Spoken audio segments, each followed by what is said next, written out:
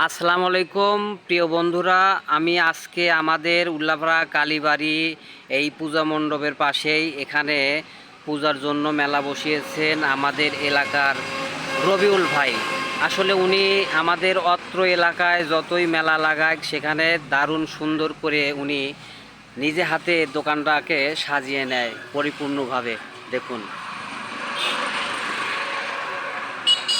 আর ওনার দোকানে দামি দামি সুন্দর সুন্দর খেলনা আনে।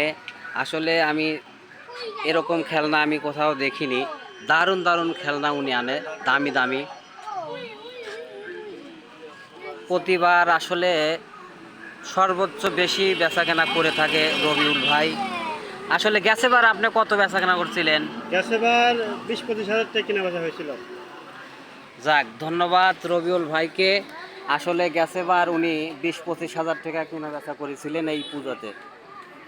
যাক, এবার কীরকম কেনা বেচা করবে জানি না। আজকে পূজা হয়তো আজকে লোকজন আসবে কি না জানি না। তো আজকে হয়তো বেচা কেনা হবে না। তো ইনশাল্লাহ